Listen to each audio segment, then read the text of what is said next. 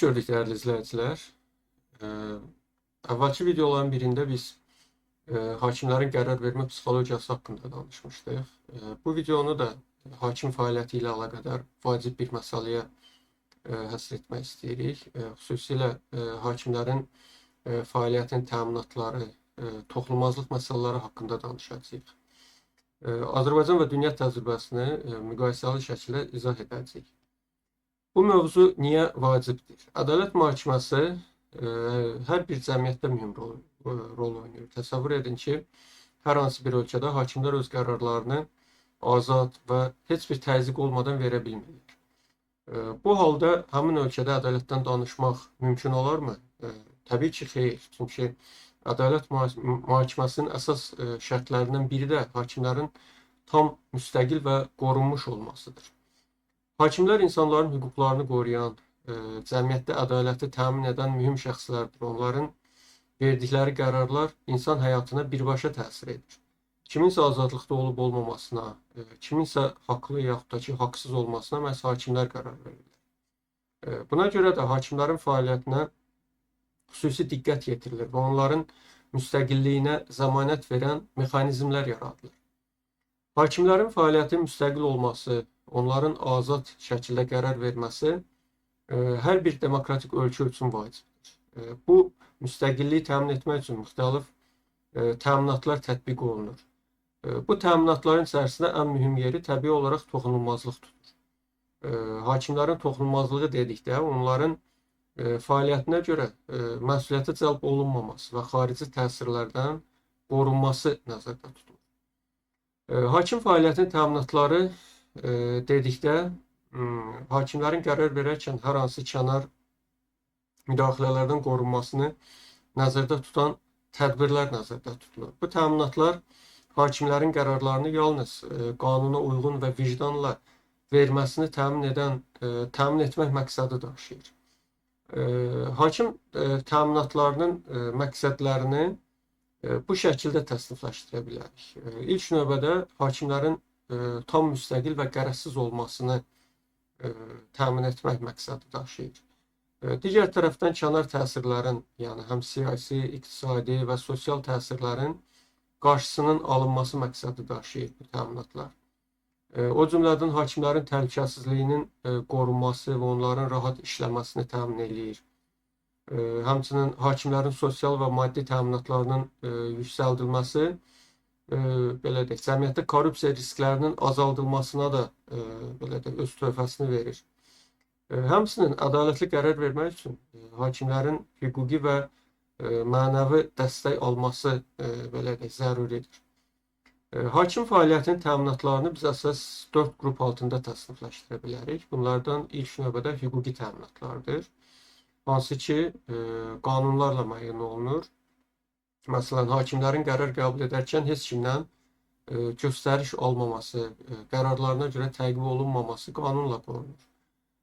Qanunda qeyd olunur ki, hakim öz qərarlarına görə məsuliyyət daşımır. Yəni, qərarına görə təzyiqə məruz qalmamalıdır. Digər tərəfdən maddi təminatların xüsusi əhəmiyyəti vardır.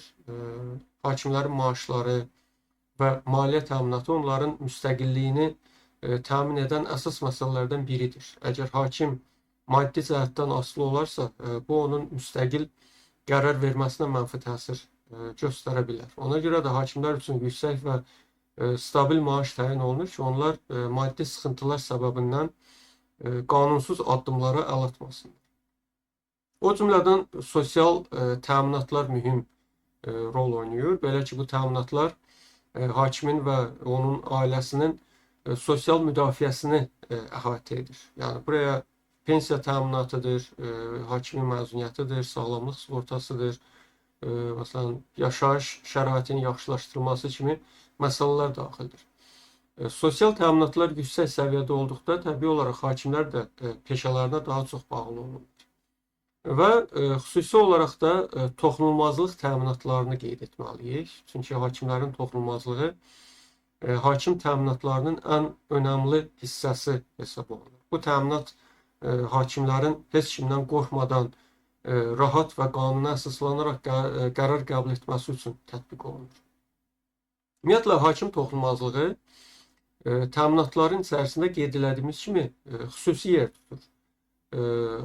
Hakim toxunulmazlığı nə deməkdir və niyə bu qədər əhəmiyyətlidir? Hakim toxunulmazlığı hakim vəzifəsini həyata keçirərkən heç bir kənar təsirə, təzyiqə və təhdidə məruz qalmaması üçün yaradılmış xüsusi hüquqi müdafiə mexanizmidir. Bu belə bir toxunulmazlıq olmazsa, hakimlər kənar müdaxilələrdən qorxaraq, yəni belə deyək də, kənar müdaxilələr onların qərarlarına təsir edə bilər. Və nəticədə ədalət prinsipinə müəyyən mənada zərər dəyə bilər. Hakimin toxunulmazlığının növləri nələrdən ibarətdir? Hakim toxunulmazlığının növləri haqqında danışaq. Bu ilk növbədə şəxsi toxunulmazlıqdır. Yəni fiziki və mənəvi toxunulmazlıqdan söhbət gedir. Şəxsi toxunulmazlıq o deməkdir ki, hakimlər heç kəs tərəfindən zorakılığa, təhqirə və ya təhdidə məruz qala bilməzlər. Məsələn, məhkəmə prosesində hakimə qarşı hörmətsiz davranmaq, onu təhqir etmək qəti qadağandır və qanunla cəzalandırılır. Bu hakimin şəxsiyyətini qoruyur və onun nüfuzunu təmin edir. Digər tərəfdən hakimlərin cinayət məsuliyyətinə cəlb edilməməsi prinsipi də yəni bu təminata daxildir. Belə ki, hakim verdiyi qərarlara görə cinayət məsuliyyətinə cəlb olunmur. Yəni hakim qərar verdikdən sonra həmin qərarın səhv və ya düz olub-olmamasına görə cəzalandırıla bilməz. Təbii ki, apellyasiya prosedurları nəzərdə tutulur, amma söhbət verilən qərara görə hakimin cəzalandırılmasından gedir. Və bu prinsipin, yəni məqsədi hakimlərin qərar verərkən belə demək mümkündürsə, qorxmadan hərəkət etməsini təmin etməkdir. Əlbəttə, əgər hakim rüşvət və ya digər cinayətə yol verərsə, toxunulmazlıq xüsusi qayda ilə qaldırıla bilər və o qanun qarşısında artıq məsuliyyət daşıyacaqdır. O cümlədən hakimlərin vəzifədən kənarlaşdırılmasının xüsusi qaydaları da toxunulmazlıqla əhatə olunur. Hakimləri işdən çıxarmaq asan deyil. Çünki qanun hakimlərin vəzifədə qalmalarını və müstəqil qərar vermələrini qorumaq üçün xüsusi prosedurlar müəyyən edir. Hakimlərin işdən çıxarılması proseduru bir qədər mürəkkəb bir prosedurdur. Və bunun da səbəbi ondan ibarətdir ki, hakimlər öz qərarlarını verərkən qeyd elədiyimiz kimi heç kimdən qorxmamalıdırlar və yalnız qanunu və vicdanı rəhbər almalıdırlar. Əgər hakim vəzifədən asanlıqla çıxarıla bilərsə, bu onu davamlı olaraq qorxu altında saxlaya bilər. Buna görə də bütün demokratik dövlətlərdə hakimlərin işdən çıxarılması ilə əlaqədar xüsusi şərtlər mövcuddur. Bu hakimlərin belə deyək, siyasi motivlərlə və yaxud da ki, əsassız ittihamlarla işdən çıxarılmasının qarşısını alır. Və nəticədə hakimlər müstəqil fəaliyyət göstərə bilirlər. Dünya təcrübəsinə nəzər yetirsək, görərik ki, bir çox ölkələrdə hakimlərin işdən çıxarılması çox nadir hallarda baş verir. Məsələn, ABŞ-da federal hakimlər yalnız konqresdə keçirilən xüsusi prosedur, yəni impeachment yolu ilə işdən çıxarılır. Bu prosedur ABŞ tarixində bir neçə dəfə tətbiq olunubdur. Yəni, çox az tətbiq olunubdur. Almaniyada isə hakimlər yalnız məhkəmə qərarı əsasında və çox ciddi səbəblərdən vəzifədən çıxarıla bilərlər. Bu nümunələr göstərir ki, demokratik cəmiyyətlərdə hakimlərin müstəqilliyinin qorunması çox ciddi qəbul olunur və onların işdən çıxarılmaması üçün, belə deyək də, daha doğrusu çıxarılması ilə əlaqədar xüsusi mexanizmlər tətbiq olunur. Hakim toxunulmazlığının təmin olunmasına təsir edən amillər hansılardır? Bu ilk növbədə siyasi təsirlərdən qorunma mexanizmləridir. Yəni, hakimlərin toxunulmazlığının təmin olunması ilk növbədə onların siyasi hakimiyyətdən müstəqilliyini tələb edir. Yəni, nə icra, nə qanunverici orqan hakim üzərində əsassız təsir imkanlarına malik olmamalıdır. Məhz bu məqsədlə bir sıra institusional mexanizmlər yaradılır. Onlardan biri məhkəmə özünü idarə etməsidir. Yəni məhkəmə özünü idarə etmə orqanlarının mövcud olmasıdır. Məsələn, ölkəmizdə Məhkəmə Hüquq Şurası fəaliyyət göstərir ki, bu da hakimlərin seçilməsidir, onların qiymətləndirilməsidir, intizam məsuliyyətinə cəlb olunması kimi belə də, yəni məsələlərlə əlaqədar əsas, yəni söz sahibi olan orqan sayılır. Belə şuraların mövcudluğu hakimləri birbaşa icra hakimiyyətinin təsirindən azad edir. Avropa Şurasının Venesiya Komissiyasının tövsiyələrində də qeyd olunur ki, yeni demokratiyalarda müstəqil məhkəmə şuralarının rolu həll edicidir və hakimlərin təyinatı, karyerası barədə qərarlarda belə orqanlar əsas söz sahibinə çevrilməlidir. Digər mexanizmlərdən biri də hakimlərin maliyyə müstəqilliyinin dövlət büdcəsində təmin olunmasıdır. Yəni, məhkəmə sisteminə ayrılan vəsaitin sabitliyi, bu hakim maaşlarının kənar təsirlər olmadan müəyyən olunmasından söhbət gedir. Yəni, hakimlərin büdcədən asıllılığı siyasi alətə belə deyək, yəni çevrilməməsi üçün bəzi ölkələrdə qanunlar hakim maaşlarına toxunmağı qadağan edir. Məsələn, ABŞ Konstitusiyasında federal hakimlərin maaşlarının azaldılması maddəsi vardır. Yəni, azaltmaq qadağan edilir. Belə də, konstitusiya səviyyəsində. Və siyasi təsirlərdən qorunmanın digər bir yolu da hakimlərin təyinat müddətinin uzun olmasıdır və yaxud da ki, ümumiyyətlə, ömürlük təyin olunmalarıdır. Yəni, bu hakimləri təyinat müddətinin belə deyək də, sonunda yenidən təyin olunmaq üçün siyasi dairələrin dəstəyini qazanmaq ehtiyacından yəni azad edir. Məsələn, ABŞ-da federal hakimlər ömürlük təyin olunurlar. Bir çox Avropa ölkələrində də pensiya yaşına qədər hakimlərin daimi təyinatı məsələsi mövcuddur. Venesiya Komissiyası da qeyd edir ki, sınaq müddətli belə deyək də, qısa təyinatlar, müddətli kontraktlar, belə demək mümkünsə, bu hakimlərin müstəqilliyini zəiflədə bilər. Məhz buna görə də siyasi neytrallığı təmin etmək üçün ya ömürlük, ya da uzun müddətli yenilənməyən, yəni müddətə təyinat daha məqsədə uyğun hesab olunur. Bütün bu mexanizmlər son nəticədə onu təmin edir ki, hakim siyasi konjunkturadan asılı olmayaraq qanuna uyğun belə deyək də, qərar vermə azadlığını hiss edə bilsin. Digər tərəfdən ictimai və media təzyiqlərinə qarşı müdafiə üsulları belə deyək, toxunulmazlıqla əhatə olunur. Belə ki, hakimlər yalnız siyasi yox, eyni zamanda həm də ictimai rəy və media təzyiqlərinə qarşı da müdafiə olunmalıdırlar. Xüsusilə də yüksək maraq doğuran məhkəmə proseslərində cəmiyyətin və mətbuatın müəyyən qərar tələbi formalaşa bilər. Məsələn, cinayət işlərində bəzən ictimaiyyət emosional olaraq daha ağır cəza tələb edir və yaxud da ki, əksinə müəyyən hallarda geniş kütlə bir şəxsin təqsirsiz olduğuna inanır. Hakim isə qərarı yalnız məhkəmə iclasında araşdırılan faktlar və qanun əsasında verməlidir. Belə deyək də, populyar fikrə, yəni cəmiyyətin ictimai rəyinə uyğun şəkildə qərar verməməlidir. Bu balansı qorumaq üçün bir neçə müdafiə üsulu vardır. İlk növbədə məhkəmə prosesinin gedişinə qeyri-qanuni təsir göstərə biləcək çıxışlar qadağan edilir. Məsələn, əgər iş məhkəmə baxışındadırsa, mətbuatda hakimə təzyiq xarakterli kampaniyaların aparılması yol verilməzdir. Bir çox ölkənin qanunlarında məhkəməyə hörmətsizlik, contempt of court anlayışı var.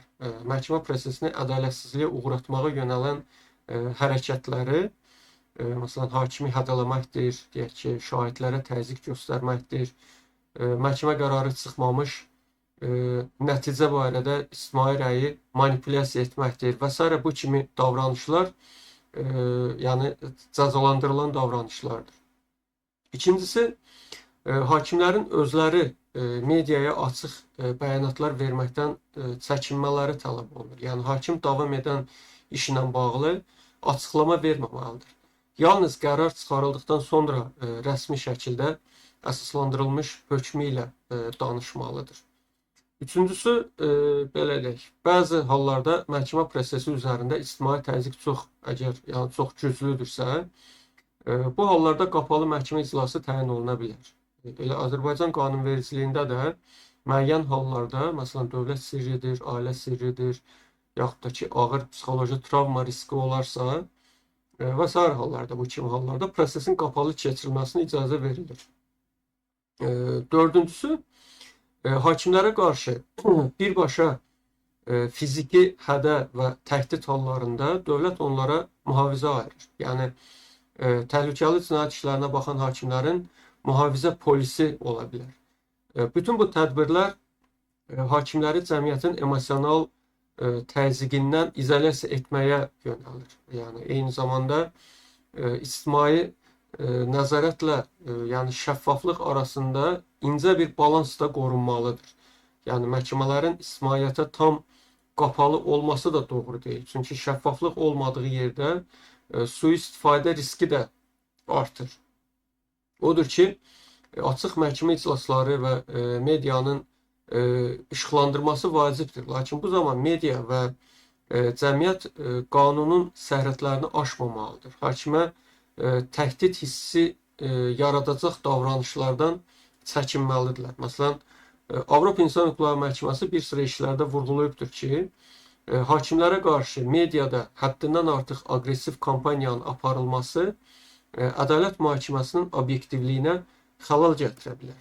Məhz buna görə də demokratik cəmiyyətlərdə həm məhkəmə qərarlarının tənqidinə yer verilir, həm də hakimlər qorunur.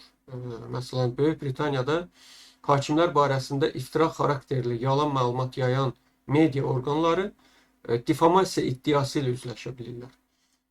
Almaniyada isə məhkəmənin nüfuzunu sarsıdacaq yalan məlumat yaymaq cinayət hesab olunur. Azərbaycanda da ictimai nəzarət üçün məhkəmə qərarları dərc olunur. Jurnalistlər məhkəmə iclaslarını izləyə bilirlər. Lakin hakimin qərəzsizliyinə kölgə sala biləcək təzyiqlərə yol verilmir. Məsələn, deyək ki, aksiyalarda hakimi qorxutmaq cəhdlərinə, yəni bu hallara qəti şəkildə yol verilmir. Qısacası, hakim toxunulmazlığı təkcə qanunla belə deyək də, nəzərdə tutulan bir prosedur deyil, həm də cəmiyyətdə hüquq mədəniyyətinin tərkib hissəsidir. Cəmiyyət anlamalıdır ki, müstəqil məhkəmə hamının marağındadır. Beynəlxalq, belə deyək də, dünya təcrübəsinə gəldikdə, bu hakim toxunulmazlığı məsələləri ilə əlaqədar, bu hakimlərin müstəqilliyi və toxunulmazlığı beynəlxalq hüquqi sənədlərdə də geniş yer alır. BMT Baş Məclisinin 1985-ci ildə qəbul elədiyi məhkəmə orqanlarının müstəqilliyinə dair əsas prinsiplər bu sahədə əsas sənədlərdən biri hesab olunur. Həmin prinsiplərdə dövlətlərə tövsiyə olunur ki, hakimlərin müstəqilliyi dövlət tərəfindən təmin edilməlidir və hakimlər qarşılarındakı işləri tam tərəfsiz, yalnız faktlar və qanun əsasında heç bir məhdudiyyət, yersiz təsir və ya təzyiq olmadan həll etməlidirlər. Bu fundamental prinsip birbaşa hakim toxunulmazlığının vacibliyinə işarədir. Yəni, hakimə kənardan müdaxilə yol verilməzdir. BMT prinsiplərində həmçinin qeyd olunur ki, hakimlərin uyğun əmək haqqı, tədris imkanları, karyera güvənliliyi olmalıdır və onlar öz funksiyalarına görə təqib olunmamalıdır. Avropa məkanında da bir sıra mühüm sənədlər vardır. Avropa Şurası Nazirlər Komitəsinin 12 sayılı tövsiyəsində hakimlərin müstəqilliyi barədə detallı norma və standartlar müəyyən olunubdur. Xüsusi olaraq vurğulanır ki, hakimlər səlahiyyət müddəti ərzində toxunulmazlıqdan yararlanmalıdırlar. Onlara qarşı cinayət təqibi ancaq xüsusi prosedurla mümkün olmalıdır və hakimlər qərarlarına görə heç bir diskriminasiya və sanksiyaya məruz qalmamalıdırlar. Venesiya komissiyası da müxtəlif ölkələr barədə rəy və hesabatlarında hakimlərin toxunulmazlığı məsələlərinə belə deyək, toxunmuşdur.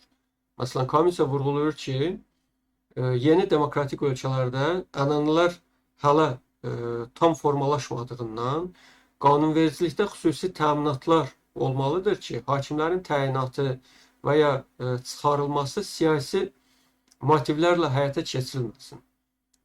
Belə beynəlxalq standartlar ölkələr üçün bir növ mayak rolunu oynayır. Azərbaycan da bu sənədlərə qoşulubdur. Bizim konstitusiyamızdakı normalar, o cümlədən məhkəmələr və hakimlər haqqında Azərbaycan Respublikasının qanunu xeyli dərəcədə beynəlxalq prinsiplərə uyğun hazırlanıbdır. Beynəlxalq sənədlər hakimlərin etik davranış kodekslərini də tövsiyə edirlər. Ümumiyyətlə, dünya birliyi anlayır ki, müstəqil və toxunulmaz məhkəmə olmadan insan hüquqlarının qorunması mümkün deyil. Xarici ölkələrə gəldikdə isə, yəni xarici ölkələrin təcrübələrinə əgər diqqət yetirsə, ilk növbədə Amerika Birləşmiş Ştatlarının belə deyək də, bunların məhkəmə müstəqilliyi və toxunulmazlıq sahəsində klassik nümunələrdən biri hesab olunur. ABŞ Konstitusiyasının 3-cü maddəsinə görə federal hakimlər yaxşı davranış müddətində öz vəzifələrini saxlayırlar. Yəni, faktiki olaraq ömürlük təyinat alırlar və yalnız impeachment yolu ilə vəzifədən uzaqlaşdırıla bilərlər. Həmçinin Konstitusiyada qeyd olunubdur ki, hakimlərin maaşı vəzifədə olduqları müddətdə azaldıla bilməz. Bu, maddi təminat baxımından belə deyək, daimi zəmanət deməkdir. Federal hakimlər heç bir siyasi şəxs tərəfindən azad oluna bilməzlər. Onların vəzifədən çıxarılması proseduru da çox mürəkkəbdir. Yalnız Konqresin hər iki palatasının razılığı ilə vəzifədən çıxarılırlar. Bunun sayəsində hakimlər siyasi nüfuz sahiblərinin iradəsindən tam müstəqil qərar verə bilmə imkanlarına malikdir. ABŞ-da hakim toxunulmazlığı anlayışı həm də hüquqi doktrina kimi inkişaf eləyibdir. Yəni, məhkəmə presidentləri nəticəsində formalaşmış qaydalara əsasən hakimlər öz məhkəmə vəzifələrini yerinə yetirərkən qəbul etdikləri qərarlara görə tam toxunulmazlığa, yəni hüquqi iddialardan immunitetə malikdirlər. Yəni, heç bir vətəndaş hakimi qərarına görə məhkəməyə verib ondan təzminat tələb edə bilməz. İstisna o haldır ki, hakim tamamilə əgər yurisdiksiyasına aid olmayan bir iş əgər görübdürsə, bu isə yəni praktikada ümumiyyətlə nadir hallarda yəni belə deyək də rast gəlinən hallardır. Yəni bu hallarda belə deyək də vətəndaş hakimi məhkəməyə verə bilir. ABŞ hakimlərindən biri qeyd edir ki, yəni hakim qərar verərkən əlində qılınc, yanında da qanun kitabı olan bir heykəltaraşdır. Yəni hakimlərin toxunulmazlığı onların cəsarətidir. Toxunulmazlıq olmasa heç bir hakim riskli belə deyək də qərarları yəni ədalətli şəkildə verməyə cürət etməyəcəkdir. ABŞ təcrübəsində eyni zamanda hakimlərin etik davranışı da mühüm rol oynayır. Bu federal hakimlər üçün davranış kodeksi var və qanunsuz hərəkət edən hakimlər Senat tərəfindən impeachment proseduru ilə cəzalandırıla bilirlər. Lakin bu mexanizm belə deyək də müstəqilliyi pozmur. Əksinə ciddi belə də pozuntular istisna olmağı ilə hakimlər rahat işləyirlər. Nəticədə ABŞ-da məhkəmə hakimiyyəti konstitusiyanın belə də qoruyucusu kimi, yəni yüksək nüfuza malikdir və hakimlər öz qərarlarında qanundan başqa heç nəyi rəhbər tutmur. Almaniyaya gəldikdə, Almaniyanın hüquq sistemi də hakimlərin müstəqilliyini və toxunulmazlığını prinsipinə belə deyək də çox ciddi yanaşan bir sistemdir. Almaniyanın əsas qanununun, yəni konstitusiyalarının 97-ci maddəsində qeyd olunur ki, hakimlər müstəqildirlər və yalnız qanuna tabedirlər. Eyni maddənin davamında isə qeyd olunur ki, daimi təyin olunmuş hakimlər onların öz istəyi xaricində, yəni öz istəyi istisna olmaqla yalnız qanunun nəzərdə tutduğu hallarda və məhkəmə qərarı ilə vəzifədən kənarlaşdırılar ya da başqa yerə keçirilə bilərlər. Bu norma hakim dəyişilməzliyinin konstitusion təminatıdır.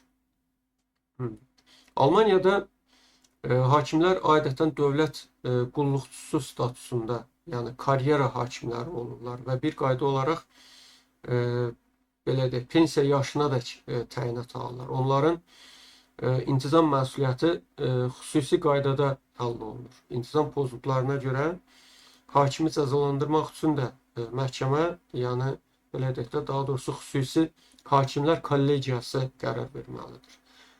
Federal səviyyədə hər hansısa bir hakim konstitusiyaya zidd hərəkət edirsə, bu halda Bundestagın müraciəti ilə Federal Konstitusiya Məhkəməsi onu vəzifədən kənarlaşdıra bilər.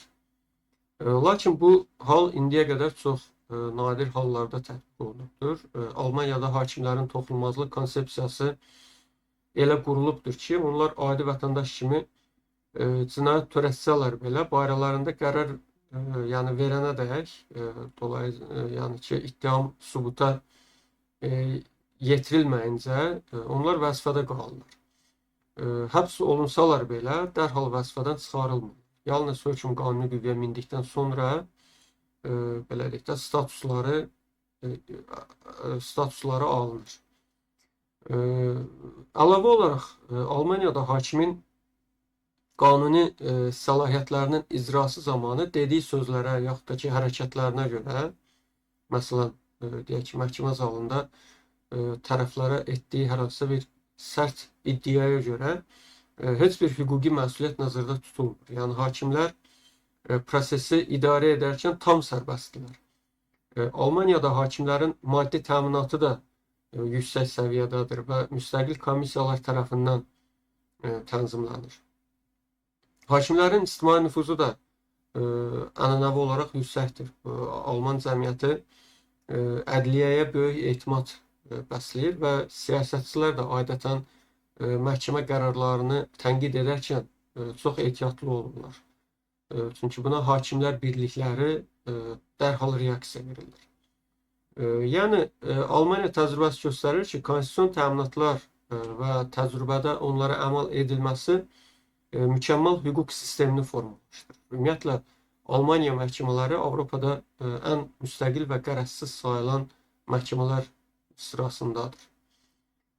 Türkiyəyə gəldikdə, Türkiyədə hakim toxunulmazlıq prinsipi qanunvericilikdə mövcud olsa da, son illərdə qarşılaşdığı çətinliklərə görə əslində bunu ayrıca qeyd etməliyik. Çünki Türkiyə Konstitusiyasının 138-ci maddəsində hakimlərin müstəqilliyi təsbit olunubdur.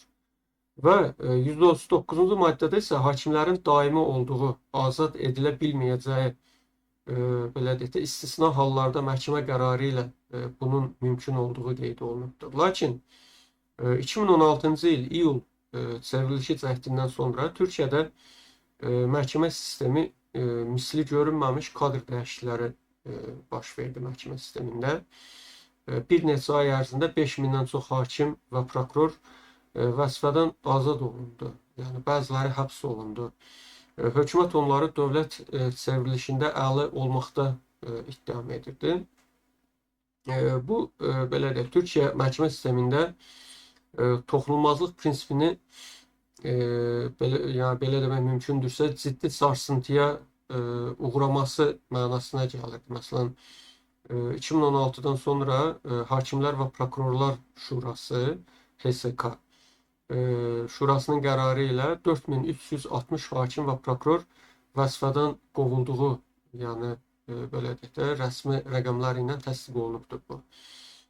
Bu kütləvi işdən azad olmalar zamanı çox sayda hakim heç bir məhkəmə araşdırması olmadan işini itirdi. Şübhəsiz ki, çevriliş cəhdi kimi fövqəladə vəziyyətlərdə dövlətin təhlükəsizlik tədbirləri başa düşüləndir. Yəni bu belə belə deyək də, bunun belə olması məqsədə müvafiqdir. Lakin beynəlxalq qurumlar, xüsusilə də Avropa Şurasıdır, Avropa İnsan Hüquqları Məhkəməsidir, Türkiyəyə bu addımların belə deyək də, müstəqilliyini zədələdiyi barədə tənqidlər etmişdilər. Məsələn, Avropa Şurasının İnsan Hüquqları Komissiyası bildirmişdi ki, hakimlərin bu cür kütləvi şəkildə və prosedursuz işdən çıxarılması hüququn aililiyinə ciddi təhlükədir. Türkiyə təcrübəsi göstərir ki, qanunvericilikdə təminatlar olsa belə, yəni Türkiyədə də hakimlər normal halda HSK-nın qərarı və prezidentin təsdiqi ilə işdən çıxarıla bilərdi. Adi şəraitdə, yəni bu nadir hal idi.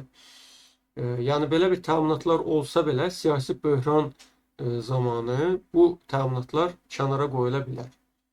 Və hal-hazırda Türkiyədə məhkəmə sisteminin müstəqilliyini bərpa etmək istiqamətində addımlar atılır.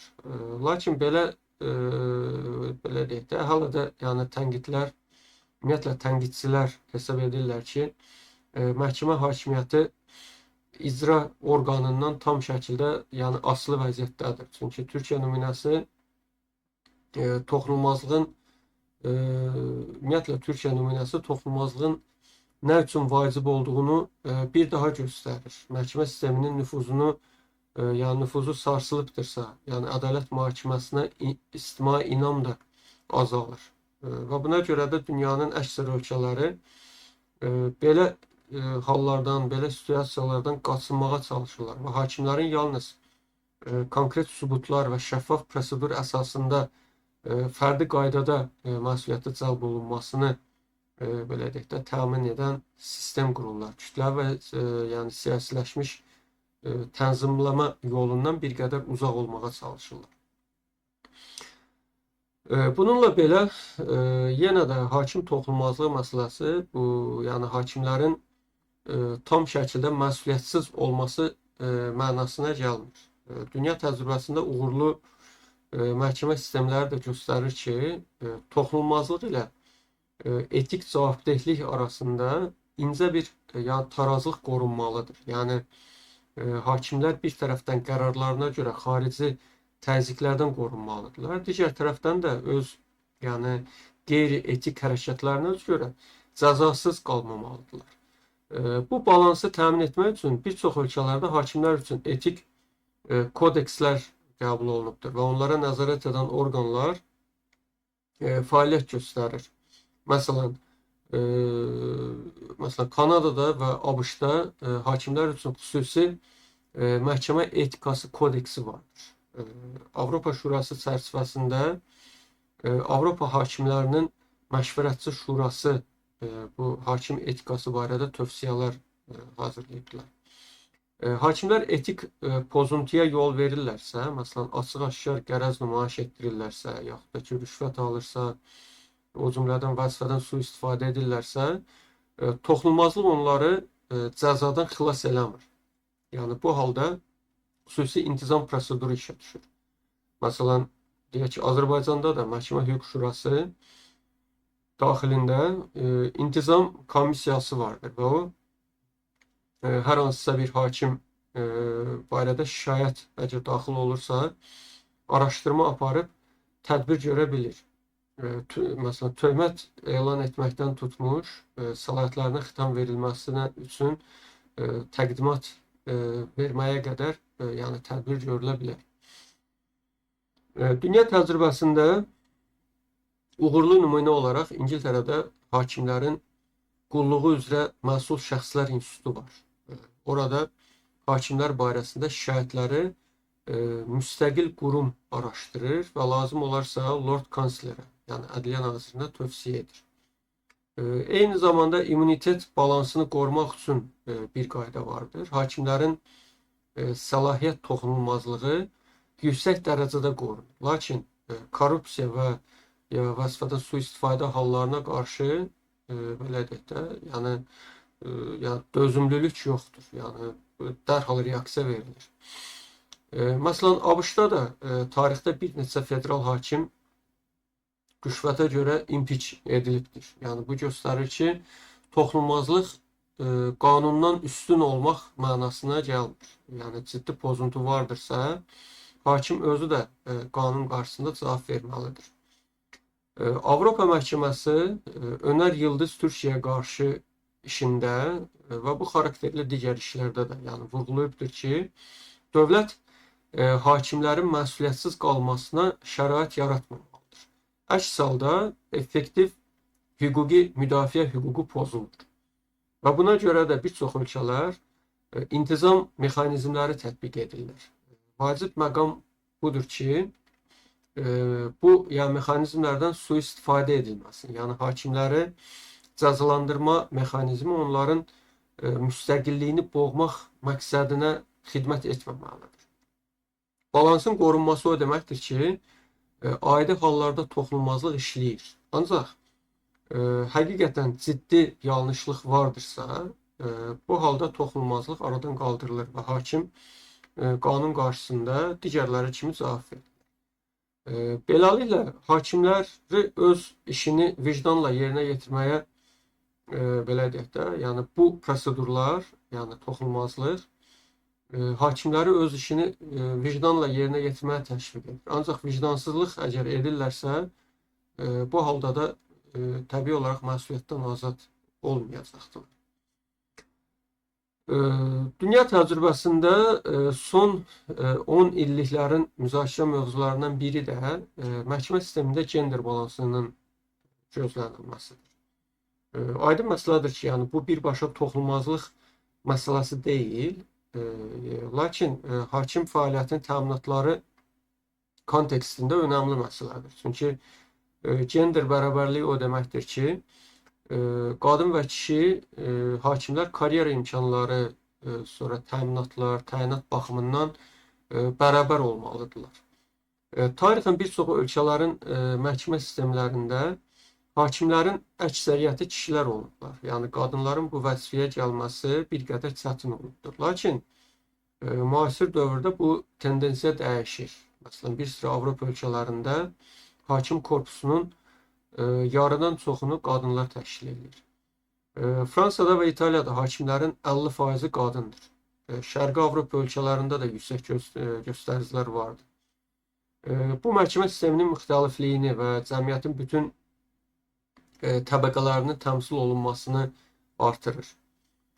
Gender bərabərliyinin toxunulmazlıq və təminatlarla əlaqəsi belə deyək, ondan ibarətdir ki, qadın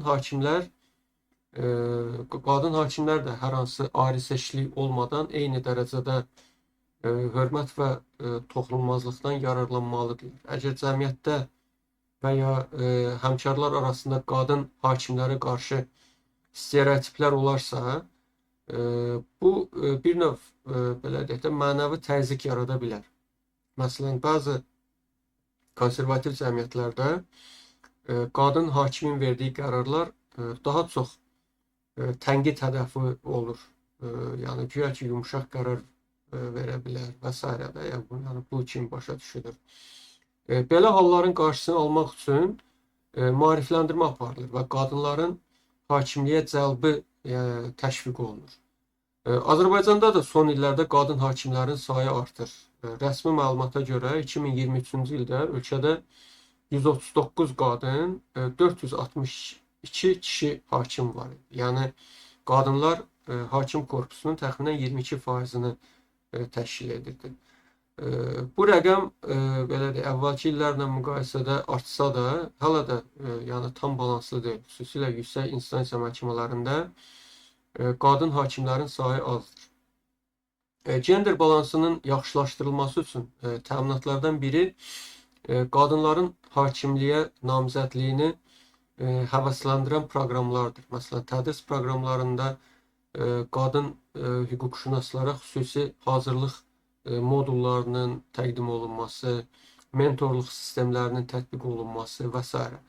Yəni bir çox beynəlxalq təşkilatlar hakim seçimində gender kvotalarının tətbiqini də müzakirə edirlər. Lakin bu da tam olaraq ədalətli hesab olunmur. Çünki ekspertlər keyfiyyət meyarlarının üstün tutulmasını daha önəmli hesab edirlər. Yəni sadəcə bərabər imkanların təmin olunması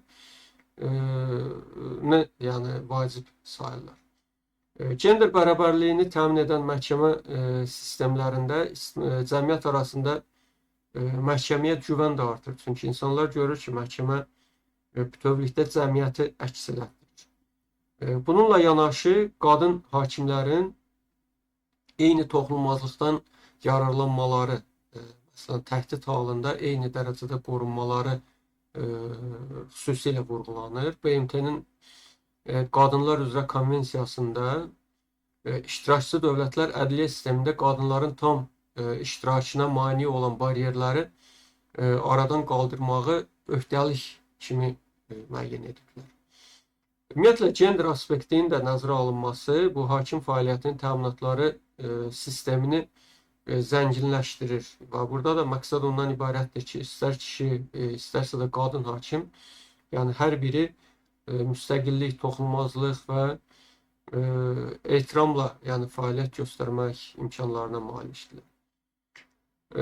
Azərbaycanda hakim toxunulmazlığının konstitusiyon hüquq əsaslarına gəldiyimiz təqdirdə bu Azərbaycan Respublikası Konstitusiyası məhkəmə hakimiyyətinin müstəqilliyini və hakimlərin toxunulmazlığını təmin edən aydın müddəalar ehtiva edir.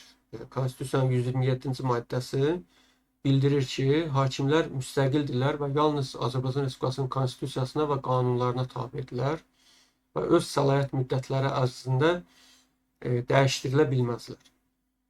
Bu müddəa hakimlərin işdən çıxarılmaması, yəni dəyişilməzliyi prinsipini və fəaliyyət zamanı yalnız qanuna tabe olmalı olduqlarını birmənalı şəkildə ifadə edir.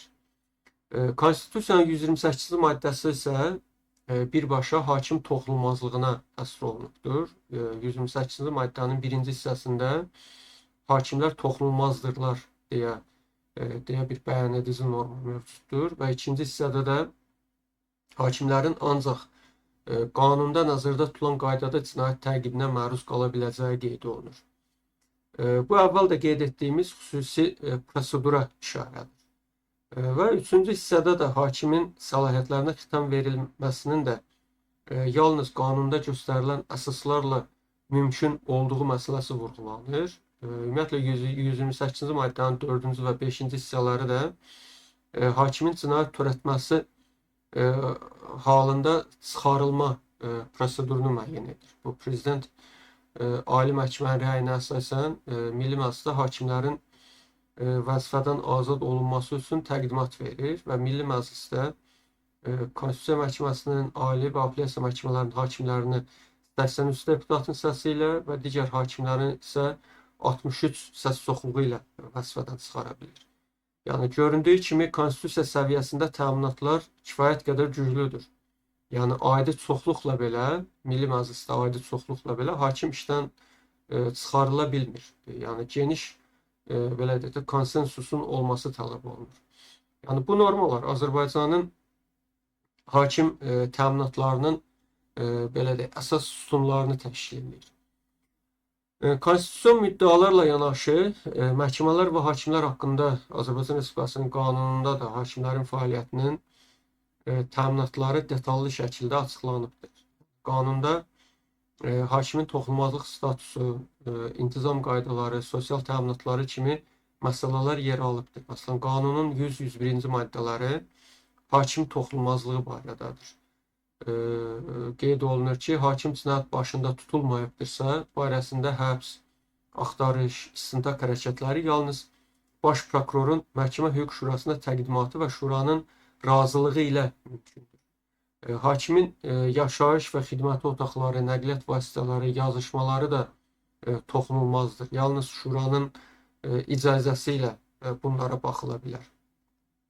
Bu kimi maddələr konstitusiyon təminatların praktik mexanizmlərlə belə demək mümkünsə möhkəmləndirir. Həmçinin qanunda hakimlərin səlahiyyət müddəti də göstərilibdir. Azərbaycanda bir qayda olaraq əvvəllər hakimlər 5 il sınaq müddətinə təyin olunurdular. Sonradan daimi təsdiq olunurdular və bu prosedur artıq dəyişilib hal-hazırda 3 il olubdur. Yəni hər bir halda həmin sınaq müddəti bitəndən sonra hakim belə deyək, dəyişilməz sayılır. Qanunda hakimlərin siyasi fəaliyyətlə məşğul olmasının, sonra bizneslə məşğul olmasının qadağan olunması da onların müstəqilliyini təmin etməyə yönələn belə deyək də məsələlərdir. Ümumiyyətlə Azərbaycan konstitusiyon və qanunvericilik bazası hakim toxunulmazlığı üçün kifayət qədər möhkəm zəmin yaradır. Qeyd etdiyimiz kimi konstitusiya və məhkəmələr və hakimlər haqqında Azərbaycan Respublikasının qanunu toxunulmazlığın əsas çərçivələrini müəyyən edir. İndi bu çərçivələrin necə işlədiyinə dair bəzi mexanizmlər haqqında danışaq.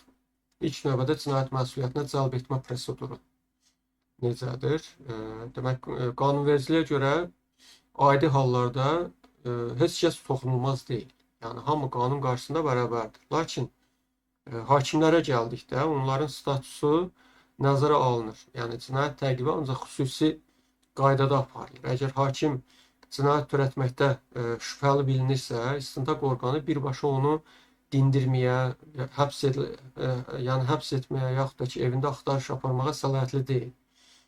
İlk növbədə baş prokurorluq məsələni araşdırır və əsaslı şübhə əgər vardırsa, baş prokuror məhkəmə hüquq şurasına müraciət eləyir və məhkəmə hüquq şurası da 24 saat ərzində toplanaraq prokurorun təqdimatına baxır. Ya razılıq verir, yaxud da ki, rədd edir.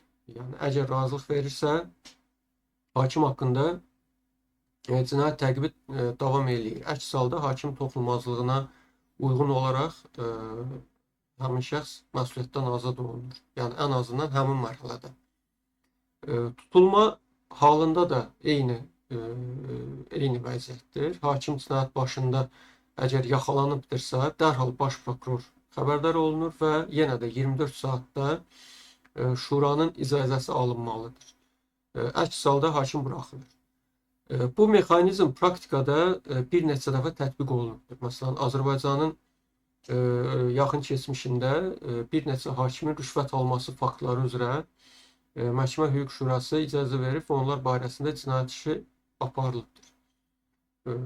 Qeyd olunmalıdır ki, şuranın tərkibində yəni hakimlərdən və digər belə deyək də, yəni digər vəzifəli şəxslər fəaliyyət göstərirlər. Yəni qərar belə deyək də hər hansısa bir fərd tərəfindən deyil, müzakirə nəticəsində, yəni həmin şurada müzakirə nəticəsində verilir. Və bu da qərarın qərəzsizliyini təmin edən bir haldır. Yəni belə bir prosedurun qurulmasında məqsəd ondan ibarətdir ki, hakimlər əsassız yerə, yəni məsələn hansısa təqsirləndirilən şəxsin deyək ki, qohumunun qisas istəyi ilə yaxud da ki, siyasi sifariş ilə cinayət məsuliyyətinə cəlb olunmasındır.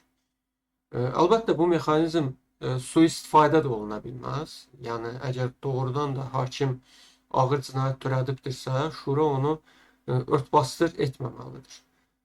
Azərbaycanda qanunvericiliyə əsasən, əgər hakimin toxunulmazlığı götürülərsə və barəsində cinayət işi başlanarsa, o yəni müvəqqəti olaraq vəzifəsindən kənarlaşdırılır. Belə deyək də, işini icra eləmir. Amma təqsirsizlik prezumpsiyası qorunur deyə məhkəmə hökmü çıxana qədər əmək haqqının 50%-ni alır.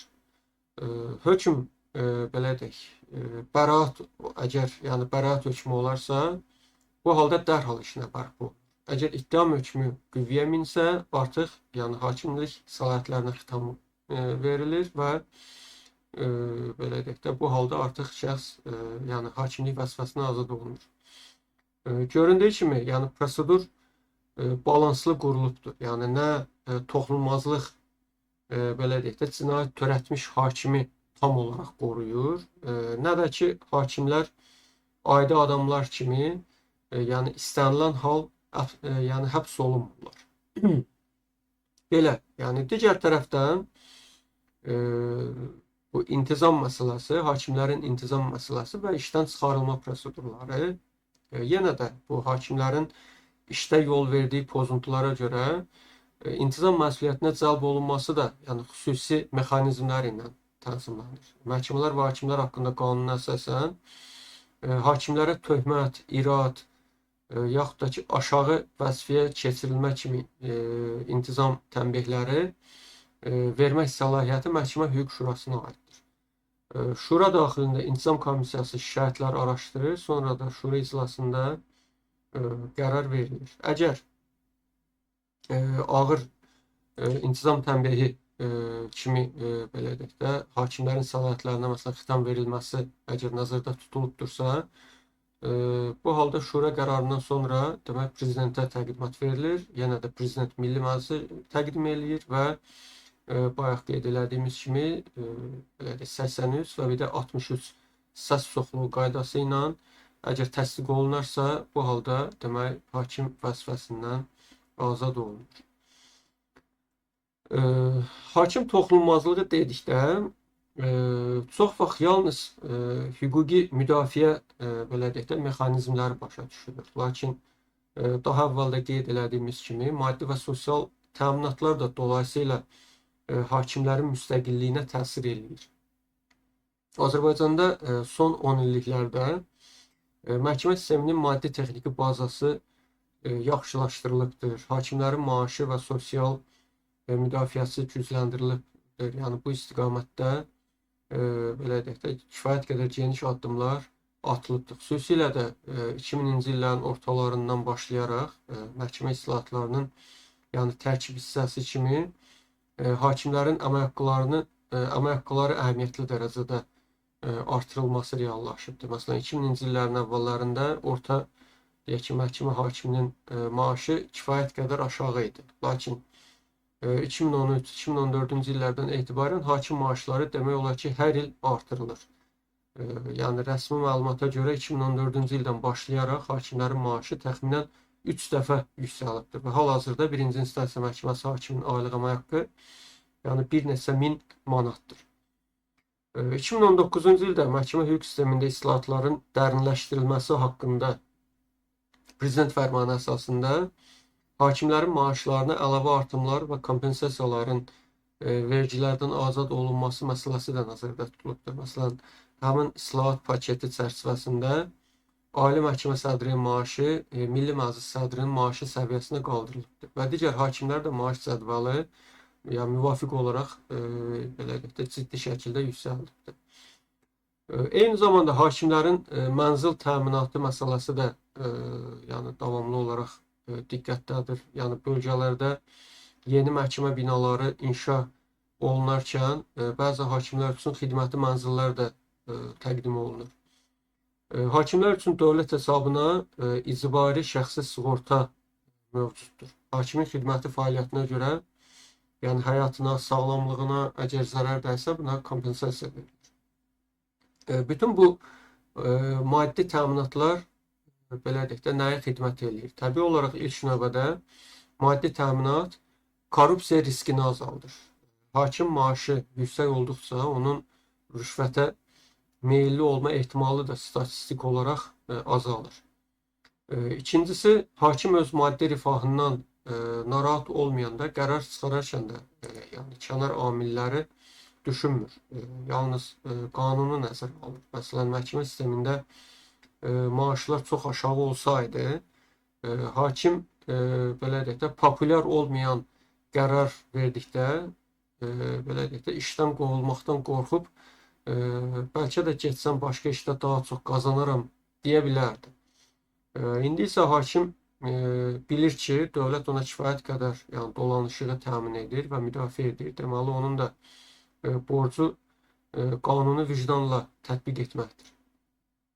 Sosial təminatlara gəlincə, Azərbaycanda hakimlər yüksək pensiya hüququna malikdirlər. 20 il stajı olan hakimin pensiyası son əmək haqqının 80% miqdarında müəyyən olunur. Yəni bu da hakim toxunulmazlığın tərkib hissəsi sayıla bilər. Çünki hakim pensiya yaşına çatanadək müstəqil işləsə, sonra yəni firavan belə də pensiya təminatı olur və əlavə gəlir üçün yəni kimdənsə asılı qalmaq məcburiyyətində olmur.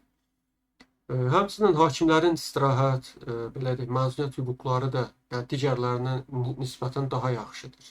Yəni hər il adi əmək haqqı məzuniyyətinə əlavə olaraq onların yəni sanatoriya və başqa deyək ki, bərpa mərkəzlərində istirahət üçün vəsait ayrılır.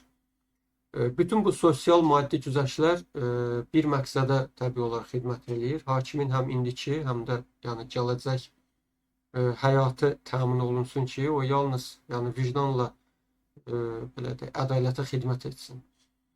Əlbəttə, maddi təminatın yüksək olması avtomatik müstəqillik demək deyil. Yəni ancaq bu belə deyək də maddi təminatın zəif olması müstəqilliyi belə deyək də ciddi şəkildə zədələyən bir haldır. Ona görə də hal-hazırda Azərbaycanda hakimlərin aldığı əmək haqqlarının artması onlara yəni dövlət qayğısının belə deyək də yüksəlməsi, məhkəmə müstəqilliyinin gücləndirilməsi yolunda aparılan ciddi yəni islahatlardır. Və bu belə də toxunulmazlıqla birbaşa bağlıdır. Yəni iqtisadi cəhətdən azad olan hakim siyasi və iqtisadi təsirlərə qarşı da dözümlü olur. Yəni toxunulmazlıq institutu ancaq belə şəraitdə tam effektiv işləyə bilər. Müstəqil və toxunulmaz belə deyək, məhkəmə üçün hakimlərin yüksək peşəkarlıq səviyyəsi də vacibdir. Azərbaycanda hakim korpusunun peşəkarlığının artırılması məqsədi ilə bir sıra tədbirlər həyata keçirilir. İlk növbədə hakimlərin seçilməsi prosesi sərtləşdirilibdir və obyektivləşdirilibdir. Bu 2005-ci ildən bəri Məhkəmə Hüquq Şurası, Dövlət İmtahan Mərkəzi və Ədliyyə Akademiyası, yəni birlikdə çox mərhələli müsabiqə keçirilir. Yəni test imtahanı, yazılı tapşırıq, sonra müsahibə, o cümlədən uzun müddətli təlim mərhələləri və bunun nəticəsində yalnız yüksək biliyə və mənəvi keyfiyyətlərə malik olan hüquqşünaslar hakim ola bilirlər. Yəni bu təminatların əsaslandığı prinsiplərdən biridir. Çünki təsadüfi yaxud da ki, zəif kadr əgər hakim olarsa, ya korrupsiya bulaşacaqdır, ya da ki, asanlıqla təsir altına düşəcəkdir. Seçimdən keçmiş hakimlərin ixtisas artırması da yəni belə deyək, davamlı olaraq həyata keçirilir və Ədliyyə Akademiyasında hakimlər üçün müntəzəm təlimlər, seminarlar təşkil olunur. Yeni qəbul olunan qanunlar, Avropa İnsan Hüquqları Məhkəməsinin prezidentləri, korrupsiya ilə mübarizə standartları kimi mövzular da, yəni hakimlər belə deyək də kurslarda bu mövzularda məlumat əldə edirlər. Bilikli hakim həm də müstəqil hakim deməkdir. Çünki qanunları və hüququ dərindən bilən şəxs hər hansı təzyiq gələndə onun yəni qanunsuz olduğunu belə deyək də asanlıqla üzə çıxara bilir. Yəni buna qarşı müqavimət göstərə bilir. Peşəkarlığın toxunulmazlığa başqa bir təsiri yüksək səviyyəli hakimlərə belə deyək, cəmiyyətin inamı da artır. Yəni cəmiyyət görür ki, hakim işini bilir, səhv etmir. Deməli, onun müstəqilliyi ədalətə xəlal gətirmir. Əksinə, əgər hakim savadsız olsa, belə deyək, yəni toxunulmazlıq cəmiyyətdə narazılıq doğuracaqdır. Yəni deyəcəklər ki, səhv edir, amma toxunulmazdır kimi. Və ona görə də Azərbaycan dövləti hakimlərin davamlı təhsilini yəni təmin etməklə onların toxunulmazlıq statusunun cəmiyyət tərəfindən qəbulunu da müəyyən mənada asanlaşdırır. Əlavə olaraq xarici təcrübə mübadilələridir. Bunlar da peşəkarlığı yüksəldir. Yəni hakimlər beynəlxalq seminarlarda, konferanslarda iştirak edirlər, inkişaf etmiş ölkələrin məhkəmə təcrübəsini öyrənirlər. Bütün bunların hamısı hakim fəaliyyətinin təminatlarına müsbət təsir edir. Peşəkar hakim həm də etik normalara daha çox əməl edir. Bu da onun müstəqilliyinə müsbət təsir göstərir. Təhlil olunan məqamlar əsasında deyə bilərik ki, Azərbaycan qanunvericiliyi böyük ölçüdə beynəlxalq standartlara uyğundur. Konstitusiyamızda nəzərdə tutulan hakim müstəqilliyi, toxunulmazlığı, dəyişilməzlik prinsipləri BMT prinsipləri və Avropa tövsiyələri ilə uyğunluq təşkil eləyir. Məsələn, Avropa standartlarına görə hakim ancaq mühüm pozuntuya görə işdən çıxarıla bilər. Bizdə də yəni eyni norma vardır. Hakim qərarına görə məsuliyyət daşımamalıdır və bizdə də eyni prinsip mövcuddur.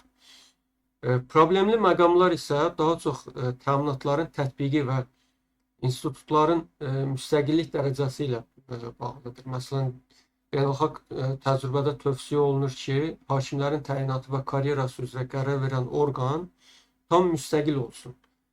Tərkibində icra hakimiyyətinin nümayəndələri minimuma endirilsin. Azərbaycanda Məhkəmə Hüquq Şurasının tərkibinə əgər diqqət yetirsək, orada icra hakimiyyətinin də təmsil olunduğunu görə bilərik. Yəni şura bir qədər belə deyək, qarışıq modeldir. Avropa təcrübəsində Məhkəmə Şurası üzvlərinin əksəriyyəti hakimlərin özləridir. Bizdə hələ ki qarışıq model davam eləyir. Beynəlxalq qurumlar fərqli bir məsələni də vurğulayırlar. Hakimlərin iş yükü və məhkəmə sisteminin şəffaflığı. Azərbaycanda iş yükü yüksəkdir. Hakim başına düşən iş sayı Avropa üzrə yüksək göstəricilər sırasındadır. Təxminən 100 min nəfərə cəmi 5 hakim düşür. Avropa üzrə bu ortalama 20 nəfərdir. Bu da müstəqilliyə dolayısıyla təsir edir. Çünki işi çox olan hakimlər detallara kifayət qədər vaxt ayıra bilmirlər. Bəlkə də tez qərar vermək üçün yəni müstəntiqin fikrinə güvənirlər. Halbuki beynəlxalq standartlar məhkəmə sisteminin yəni kadr və resurs baxımından yetərli olmasını tələb edir. Ümumiyyətlə, son dövrlərdə ölkəmizdə məhkəmə sistemində şəffaflığın artırılması istiqamətində xeyli işlər görülübdür. Məhkəmə qərarlarının internetdə elan olunması prosesləri, sonra audio yazısının aparılması, məhkəmə salonlarında kameraların quraşdırılması kimi tədbirlər şəffaflığı gücləndirir. Şəffaflıq bir tərəfdən ictimai nəzarəti təmin edir, yəni cəmiyyət məhkəmələrin fəaliyyətini izləyə bilirlər. Bu da hakimləri daha məsuliyyətli olmağa sövq edir.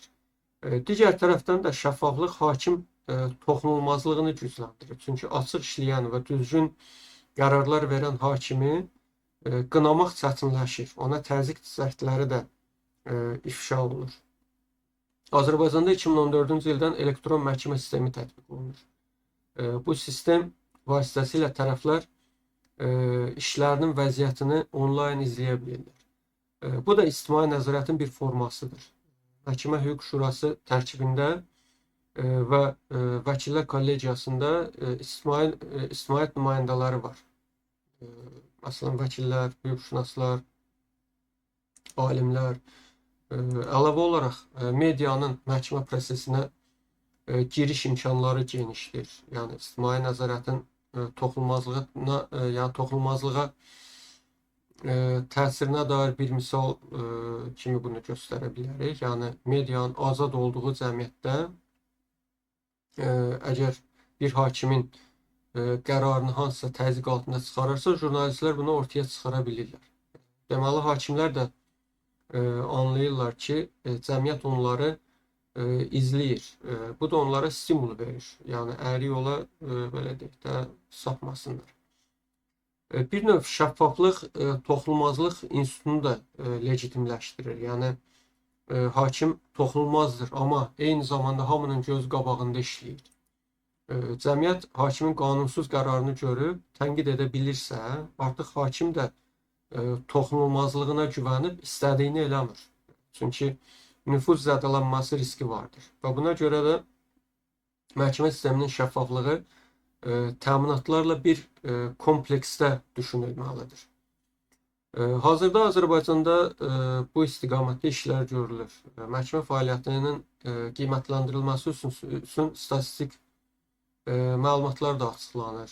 Məhkəmələr üzrə yük göstəriciləri, ləğv olunan qərarların faizləri kimi parametrlər təhlil olunur və şura tərəfindən zəif nəticə göstərən hakimlər xəbərdar olunurlar. Bu da bir növ ictimai hüquqi nəzarət mexanizmidir. Yəni belə mexanizmlər toxunulmazlığı pozmur. Əksinə onu belə deyək, müəyyən bir konstruktiv çərçivəyə salır. Toxunulmazlıq arxasında belə deyək də durub işləməsinlər. Bütün müsbət cəhətlərə baxmayaraq, Azərbaycanda hakim toxunulmazlığın təmin olunmasında bəzi boşluqlar da vardır. Yəni ilk problem qeyd etdiyimiz kimi, yəni məhkəmə özünün idarəsinin tam müstəqil olmamasıdır. Yəni ki, Məhkəmə Hüquq Şurasının tərkibi və fəaliyyəti icra hakimiyyətindən asılı ola bilər. Məsələn, Şura sədri Ədliyyə naziridir, yəni icra hakimiyyətinin üzvüdür. Bu beynəlxalq təcrübədə arzu olunan hal sayılmır. Yəni bu boşluğun aradan qaldırmaq üçün Şura tərkibində hal-hazırda dəyişikliklər müzakirə olunmaqdadır. İkinci problem siyasi təsir imkanlarının tam aradan qalxmamasıdır. Məsələn, bəzi hallarda yüksək profilli siyasi xarakterli məhkəmə işlərində, məsələn, müxalifət fəallarının deyək ki, məhkəmə seçimi işlərdə yerli və beynəlxalq ictimaiyyət hakimin müstəqil hərəkət etmədiyini iddia edirlər. Yəni hakimlər özləri bu barədə açıq danışmasa belə, belə bir təsəvvür cəmiyyətdə mövcuddur ki, yəni bu xarakterli işlərdə məhkəmələr sanki yuxarıdan gələn siqnalları nəzərə alırlar. Bu məhkəmə hakimiyyətinə ictimai etimadı bir qədər azaldan amildir. Yəni onun aradan qaldırılması üçün məhkəmələrin tam şəffaflığı, qərarların güclü hüquqi əsaslandırılması və cəmiyyətin belə də inandırılması lazımdır ki, doğrudan da belə də qanunların aliliyi, yəni qanunların aliliyinin təmin olunmasına belə də cəmiyyətin inandırılması zərurəti vardır. Üçüncü problem hakimlərin sayının azlığı və qeyd etdiyimiz kimi iş yükünün çoxluğu ilə əlaqədardır. Bu da toxunulmazlığa birbaşa əlaqəli olmasa da müstəqilliyə müəyyən mənada təsir edir. Çünki çox yüklənmiş hakimlərin səhv etmə ehtimalı olur. Yəni narazı tərəflər çoxala bilir. Yəni narazılıq çoxalanda da hakimlər tənqid hədəfinə çevrilirlər. Toxunulmazlıq institutu ictimai rəydə belə deyək, dəstəyini yəni bu minvalla itirə bilər. Və başqa bir məsələ də bəzi hallarda hakimlərin öz peşə etikasına riayət etməməsidir. Məsələn, işdən kənar yararsız deyək ki, fəaliyyətlə ad çıxaran hakimlər olur ki, bu bütövlükdə bütün hakim korpusunun nüfuzuna zərər gətirə bilir. Məsələn, bunu yığışdırmaq üçün Məhkəmə Hüquq Şurası son illərdə ciddi intizam tədbirləri görübdür. 2018-ci ildə 100 hakimin işdən çıxarılması belə deyək, müəyyən bir sərt bir addım olubdur, amma məhz yəni hakim adına xəlal gətirən hallara görə yəni belə bir tədbir həyata keçirilibdir. Bu bir daha göstərir ki, təminatlar sistemi içində belə deyək, təmizlik işləri də mütəmadi şəkildə aparılması yəni vacibdir. Azərbaycan məhkəmə sistemində toxunulmazlığın təmin olunması yolunda hələ də müəyyən yəni görülməli işlər vardır. Atılan addımlar, yəni məsələn qanunvericilik islahatlarıdır, maaş artımlarıdır, infrastruktur təkmilləşdirilməsidir. Bunların hamısı belə düzgün yəni istiqamətlərdir. Məsələn, mövcud çatışmazlıqların aradan qaldırılması üçün beynəlxalq təcrübə də yəni davamlı olaraq öyrənilməlidir. Məsələn, müsbət nümunələr tətbiq olunmalıdır. Ən əsası ictimai və siyasi təsirlərin məhkəməyə nüfuz etməsinin qarşısı alınmalıdır. Bunun üçün qanunun aliliyinə bütün hakimiyyət qolları hörmət etməlidir. Yəni nə icra, nə qanunverici orqan məhkəmə qərarlarına belə deyək, müdaxilə etməməlidir. Eyni zamanda ictimai rəy də dövlət mühakiməsinə yəni dəstək verməlidir. Yəni vətəndaşlar anlamalıdırlar ki, müstəqil məhkəmə hər kəsin hüquqlarının təminatıdır. Ümumiyyətlə, dünya üzrə hakimlərin toxunulmazlıq və fəaliyyət təminatları ilə bağlı bir sıra belə deyək, tendensiyalar mövcuddur. Qloballaşan dünyada məhkəmə sistemləri də yeni çağırışlar ilə üzləşirlər və onlara uyğunlaşırlar. Son illərin bir tendensiyası məhkəmə sisteminin daha hesabatlı və şəffaf olmağa çalışmasıdır. Yəni ənənəvi toxunulmazlıq prinsipi saxlanılmaqla yanaşı, hakimlərin fəaliyyətinə müəyyən yumuşaq, soft nəzarət mexanizmləri tətbiq olunur. Məsələn, bəzi Avropa ölkələrində hakimlərin performansına dair statistik göstəricilər toplanılır və təhlil olunur. Bu onların təlim ehtiyaclarını müəyyən etməyə yönəlibdir. Yəni cəza məqsədi daşımır, amma yenə də bir hesabatlılıq elementidir. Yeni tendensiyalardan biri də rəqəmsal texnologiyaların məhkəmə sisteminə inteqrasiyasıdır. Elektron məhkəmə, onlayn dinləmələr və s. Yəni bu bir tərəfdən hakimlərin işini asanlaşdırır, digər tərəfdən də prosesi qeydə aldığı üçün toxunulmazlığın sui-istifadə riskini azaldır. Yəni çünki hər şey yazılır. Dünyada həmçinin məhkəmə hakimiyyətinin özünü tənzimləmə qabiliyyətini artırmaq trendi də vardır. Hakimlərdən ibarət intizam şuraları daha fəal olurlar. Etik qaydalar yenilənir. Məsələn, Asiya ölkələrində, deyək ki, Cənubi Koreyadadır, Yaponiyadadır. Son illərdə hakimlərin etik davranış pozuntularına görə istefa verməsi halları artıbdır. Bu cəmiyyətin tələbkarlığından irəli gəlir. Digər bir maraqlı meyl də gender və müxtəliflik aspektlərinə diqqətin artırılmasıdır. Yəni beynəlxalq forumlarda vurğulanır ki, məhkəmə hakimiyyəti cəmiyyətin müxtəlifliyini əks etdirməlidir. Yəni söhbət yalnız genderdən getmir. Yəni eyni zamanda həm də etnik azlıqlardır, gənc nəsildir və s. kateqoriyaların, yəni məhkəmə hakimiyyətində təmsil olunmasından söhbət gedir. Yəni bu da perspektivdə hakim təminatlarının belə deyək də dizaynına təsir göstərə bilir. Məsələn, ailəli qadın hakimlər üçün əlavə güzəştlər, deyək ki, analıq məzuniyyəti müddətində təminatlar məsələn düşünülə bilər ki, qadınlar üçün hakimlik cəlbedici olsun. Qeyd etmək lazımdır ki, bəzən dünyada məhkəmə müstəqilliyinə geri addımlar tendensiyası da görünür. Yəni bəzi ölkələrdə, deyək ki, Polşadır, Macarıstandır, son illərdə hakimlərin müstəqilliyini məhdudlaşdıran qanunlar da qəbul olunubdur və bu Avropa İttifaqı daxilində narahatlıq yaradır. Lakin eyni zamanda beynəlxalq birlik bu hallara qarşı çıxır və həmin ölkələr islahatlara məcbur edilir. Yəni qlobal miqyasda tendensiya yenə də müstəqilliyin gücləndirilməsi yönündədir.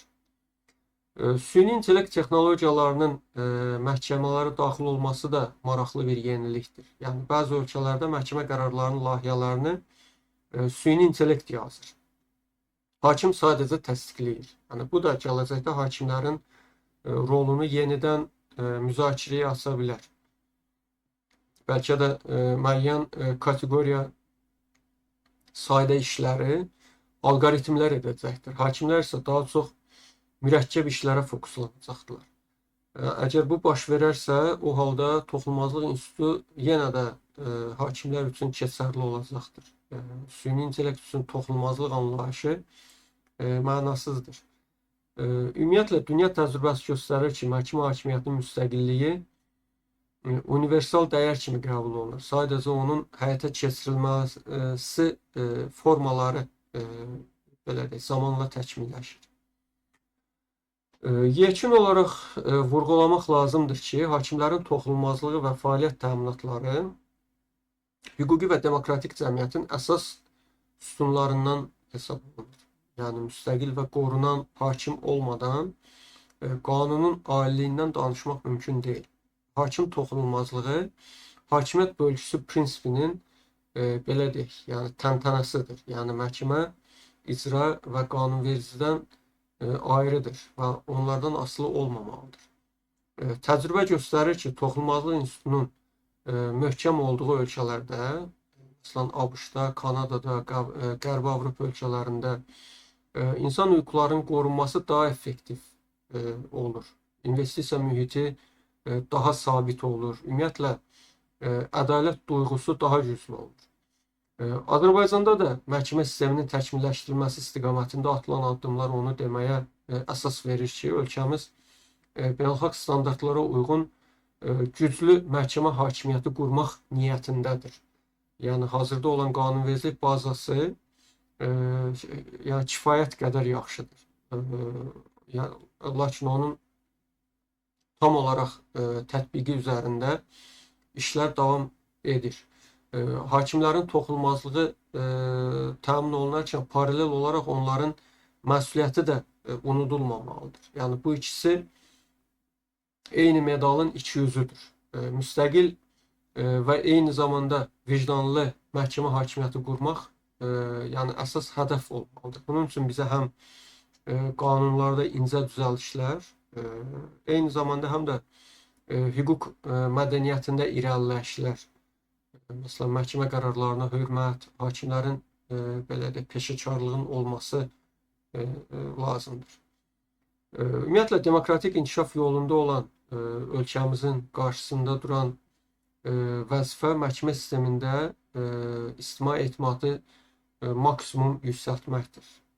Bu da ki, yalnız o zaman mümkün olur ki, vətəndaş hiss etsin ki, hakim qərar verərkən heç nədən qorxmur. Yalnız ədalətdən qorxur.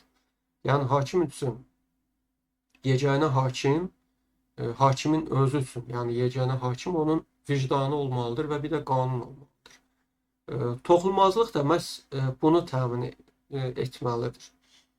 Qarşıdakı illərdə aparılacaq islahatlarla, beynəlxalq təcrübədən, o cümlədən yararlanmaqla və cəmiyyətin dəstəyi ilə Azərbaycanda hakim toxunulmazlığı institutunun daha da güclənəcəyinə və məhkəmə hakimiyyətinin tam müstəqil, şəffaf fəaliyyət göstərməyinə ümid eləyirik və bunu arzu eləyirik. Hakimlərin təminatları və toxunulmazlıq məsələləri ilə əlaqədar bu videoda məlumat verdik. Əsas belə deyək, yəni dünya təcrübəsi haqqında danışdıq, müasir tendensiyaları xarakterizə elədik. Və yəni bu əsas ilə də artıq bugünkü videonu yekunlaşdırırıq. Dinlədiyinizə görə minnətdaram. Sağ olun.